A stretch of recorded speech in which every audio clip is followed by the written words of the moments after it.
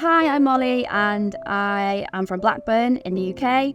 I am 26 years old and I'm a secondary school teacher. I teach Spanish and German and I was diagnosed with Diffuse Large B-Cell Lymphoma in February 2023. I had many symptoms leading up to my diagnosis. My main one was breathlessness.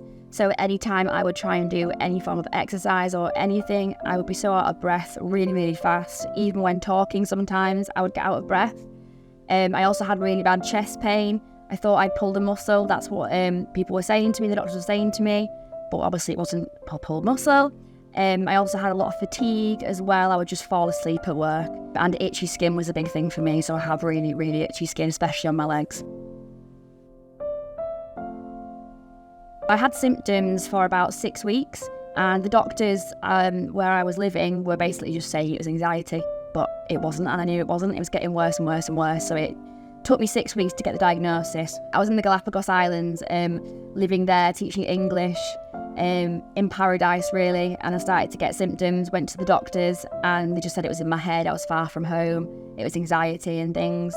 I did have an x-ray done actually in December of my chest and it was clear, which is crazy because then in February when I had it done, I had a melon-sized tumour engulfing my heart. So in the space of 6 weeks it had grown from not even there barely to a melon, which shows how fast growing it was really and why I was getting so poorly. And yeah. When I was diagnosed, there's no words for it really. It was the biggest shock ever. It hadn't even crossed my mind, the word cancer. I'd collapsed after getting off the plane, coming back from Galapagos, and blue lighted to A&E, and they all thought I had a tropical disease or something like that, because that's what you would think really. But when they did the x-ray, I said they didn't need to do it. I said I've had one done and it was clear, but said we'll do it again. So thank goodness they did do it again, because it was not clear this time. And then they came to my bedside at 3 a.m. with my parents and just said, really, really sorry, it looks like you've got cancer and it's really bad and you've got a tumour engulfing your heart. So when you're told that at 24 years old, you pretty much, I thought I was dead really, especially when 24 hours before I was living in the Galapagos Islands paradise and now I had stage 4 cancer. It was like, you don't really process it, you go numb to it. That's what I feel like I did. It completely changed everything. Obviously, my plan was I was going to live in the Galapagos Islands, so I couldn't go back there for a start. All my stuff's still over there.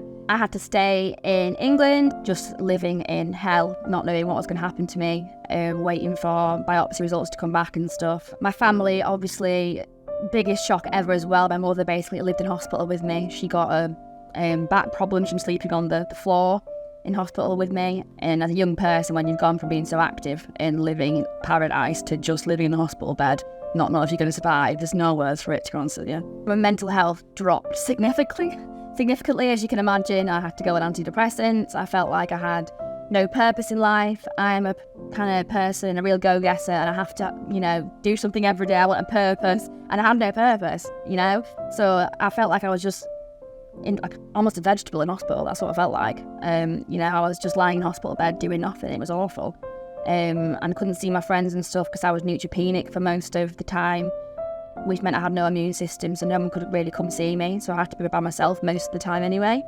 It was horrendous, and that's why I started to look for things to do to help me. And I wrote a book in the meantime, which helped me in that sense. I thought I need something to get me up in the mornings, because I just wasn't getting up in the mornings. I was having a really weird sleep schedule, just sleeping 20 hours a day really. So I thought, right, something good has to come out of this and make it kind of half worth it or something. I think cancer care is often directed a lot to older people, not young people. And I think it should be more specifically designed for younger people. So I think I had a lot to say about that. So I wrote a book, basically, a guide for young people going through cancer.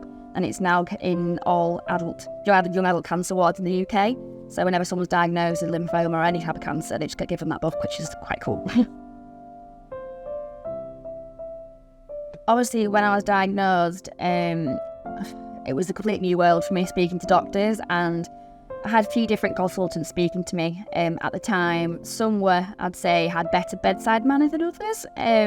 And sometimes people would speak in terms that I wouldn't understand, kind of doctor's terms, and I'd have to say to them, can you explain that in what I would understand? there's a lot of instances like that where my mum had to step in and say, can you just speak like a normal person almost, because we didn't understand what they meant with all these different technological terms and medical terms. But my main consultant has been amazing. He's very good at explaining things in a way that I can understand.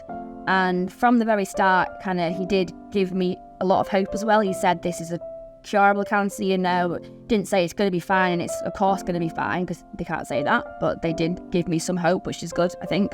And now I mainly talk to my CNS, my clinical nurse specialist.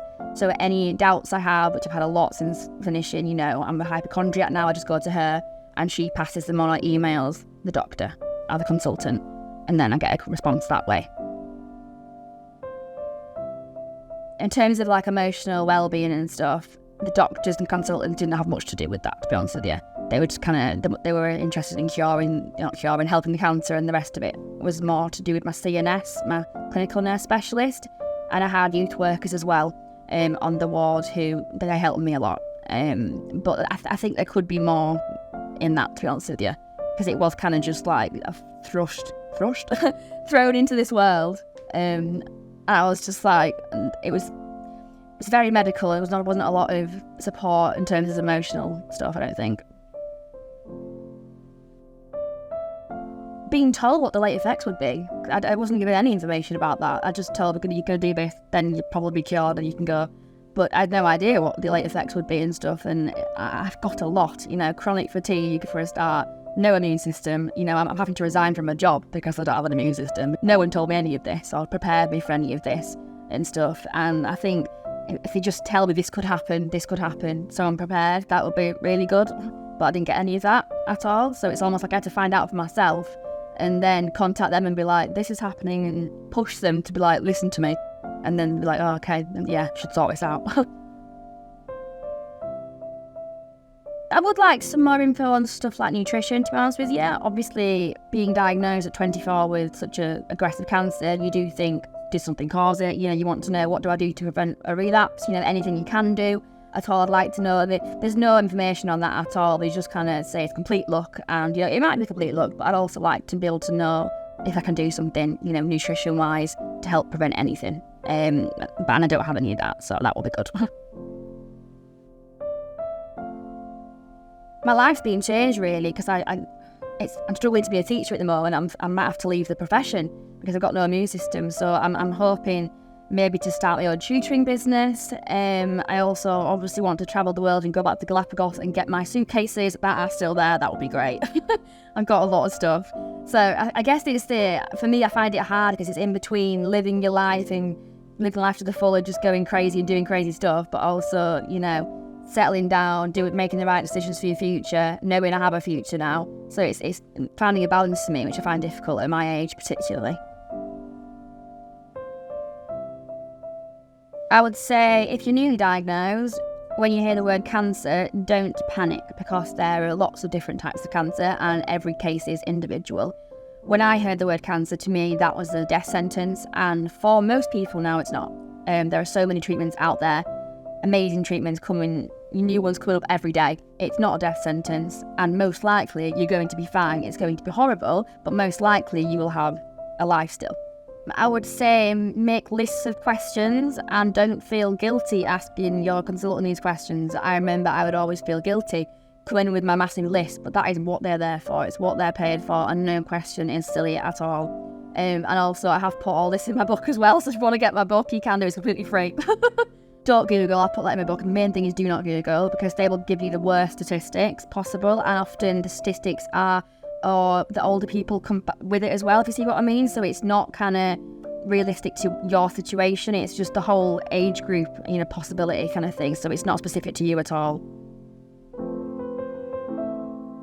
Don't feel guilty about bothering consultants and asking them questions. Don't feel guilty at all about bothering anybody. You are going through the worst time ever, and it's okay to feel rubbish. It's okay to just feel like you're not doing anything, and that's just how it is, unfortunately. And you're going to get better, and it will get better. I knew I was a strong person already because I'd moved to the other side of the world randomly, but I didn't know how strong I actually was. I feel pretty much invincible now after going through this, and I've come out better the other side, which is crazy. I feel like almost a better version of myself than I was before cancer, which was my kind of aim, and that's just the biggest, thing for me, I'd say. Health anxiety is a big thing for me now. I have a hell of a lot of health anxiety. I am the biggest hypochondriac known to man. I have started therapy for that recently, and it does really help. I think rationalising your thoughts with somebody, obviously relapse is a valid worry, and that's why I think it's especially harder for us to manage the health anxiety, because you have to find the balance between listening to your body, and it could be a symptom and that's in my head, or it's just people have sensations, So I'd say try and seek therapy. There are lots of organisations out there that can do it for free for cancer patients. There are also tons of free organisations that will offer you, wishes and things. You don't have to be dying to get a wish, you just have to be seriously ill. So I had a few wishes which really cheered me up during treatment. I went to go see a few concerts and things like that. So there's lots of help out there if you just seek it and look in the right places, and that's in my book as well. Ask your parent for a puppy. Use the cancer card and get a puppy. Yeah, I got a puppy during treatment, a little Labradoodle called Dora, and she's been like a therapy dog for me. She's been amazing and proper lifted in my spirits when I needed it.